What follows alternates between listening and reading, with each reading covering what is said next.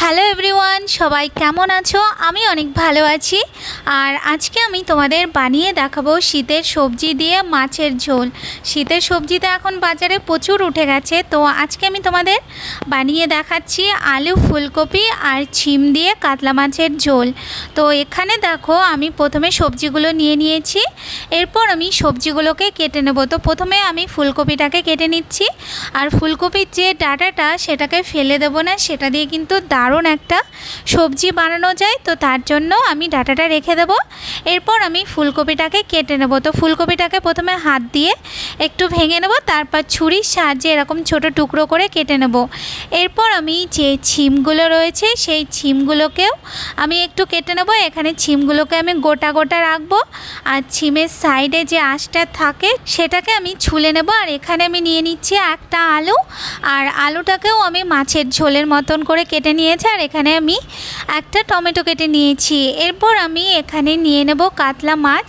তারপর মাছের মধ্যে পরিমাণ মতো লবণ আর হলুদ দিয়ে মাছটাকে ভালো করে মেখে নেব। তোমরা কাতলা মাছ ছাড়া অন্য যে কোনো রুই বলো বা কোনো জ্যান্ত মাছ দিয়েও কিন্তু এই তরকারিটা বানিয়ে নিতে পারো, সেটাও খেতে ভীষণ ভালো লাগবে।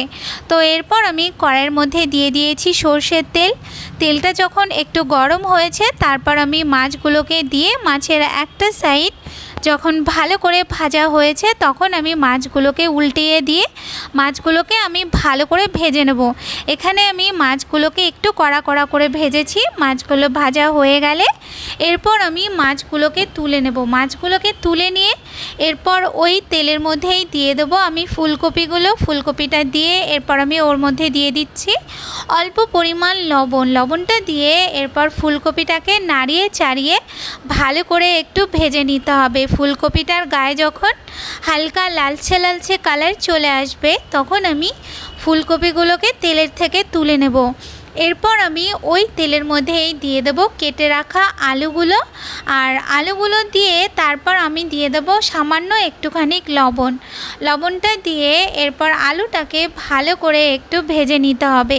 এখানে যখন আলুটার গায়ে হালকা কালার চলে আসবে, তখন আমি ওর মধ্যে দিয়ে দেব ছিমগুলো। ছিমগুলোকে দিয়ে এরপর সব কিছুকে একটু ভেজে নেব। ছিমগুলো যখন একটু ভাজা হয়ে যাবে, তখন আমি সব সবজিগুলোকে তুলে একটা আলাদা পাত্রে নিয়ে নেব। এরপর আমি ওই তেলের মধ্যেই দিয়ে দেব বড়ি। তো এই বড়িগুলো বাড়িতে বানানো, তো বড়িগুলো দিয়ে এরপর বড়িগুলোকে ভালো করে একটুখানি ভেজে নিতে হবে। বড়িগুলো যখন ভালো ভাজা হয়ে যাবে, তখন আমি বড়িগুলোকে তুলে নেব। বড়িগুলোকে তেলের থেকে ওঠানোর পর এরপর ওই তেলের মধ্যেই দিয়ে দেবো আমি জিরে ফোড়ন। জিরে ফোড়নটা দিয়ে তারপর আমি ওর মধ্যে দিয়ে দেবো, এখানে আমি 1 ইঞ্চির মতন আদা আর 7-8টার মতন কাঁচা লঙ্কাকে একসাথে পেস্ট করে নিয়েছি, সেটা দিয়ে দিয়েছি। এরপর আমি মশলাটাকে ভালো করে একটু কষিয়ে নেব।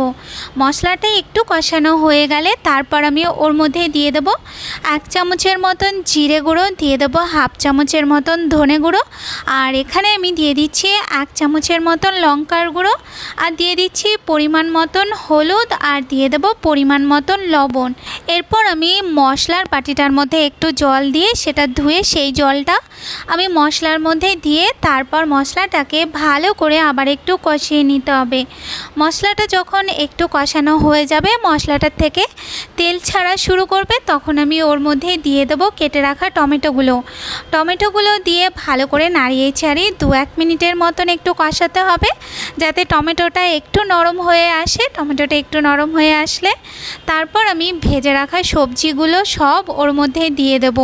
সবজিগুলো দিয়ে এরপর ভালো করে 2 থেকে 3 মিনিটের মতন একটু কষিয়ে নেব। যেহেতু সব সবজিগুলো ভালো মতন ভাজা হয়ে গেছে আর মশলাটাও ভালো মতো কষানো হয়ে গেছে, তো 2 থেকে 1 মিনিটের মতনই একটু সময় লাগবে মশলার সাথে সবজিগুলোকে কষানো হয়ে গেলে এরপর আমি ওর মধ্যে দিয়ে দেবো জল। তো এখানে আমি বড় কাপের 1 কাপ মতন জল দিয়ে দিচ্ছি।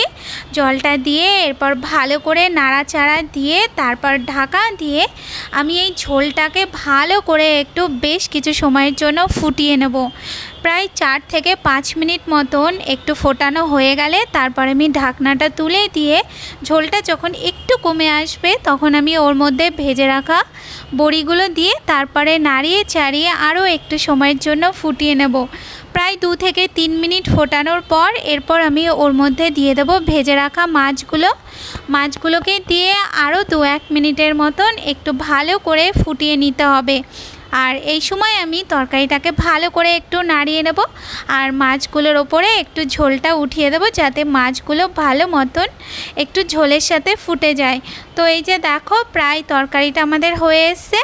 এই সময় আমি ওর মধ্যে দিয়ে দেবো বেশ খানিকটা ধনেপাতা কুচি। ধনেপাতাটা দিয়ে এরপর হালকা হাতে একটুখানি নাড়িয়ে নিয়ে তারপর 2-1 মিনিটের মতন একটুখানি ফুটিয়ে নিলেই আমাদের সবজি দিয়ে মাছের ঝোল কিন্তু একদম রেডি হয়ে যাবে।